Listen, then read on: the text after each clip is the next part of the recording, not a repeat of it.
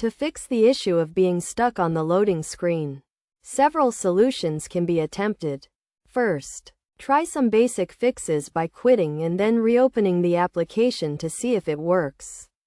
Another option is to reset the client as an administrator by searching for it in the Windows search bar, right-clicking on it, and selecting Run as Administrator.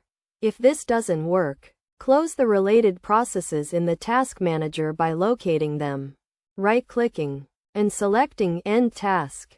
Additionally, resetting the update service can be done by searching for Services, opening it, locating the update service, right-clicking on it, and selecting the Restart button.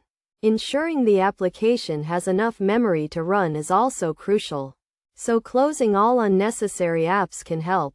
Installing any pending updates by going to the Windows settings and checking for updates can also resolve the issue. If all else fails, reinstalling the client can be done by going to the Windows settings, selecting Apps, locating the application, clicking on the three-dot menu, and selecting Install. By trying these solutions one by one, you should be able to fix the issue of being stuck on the loading screen.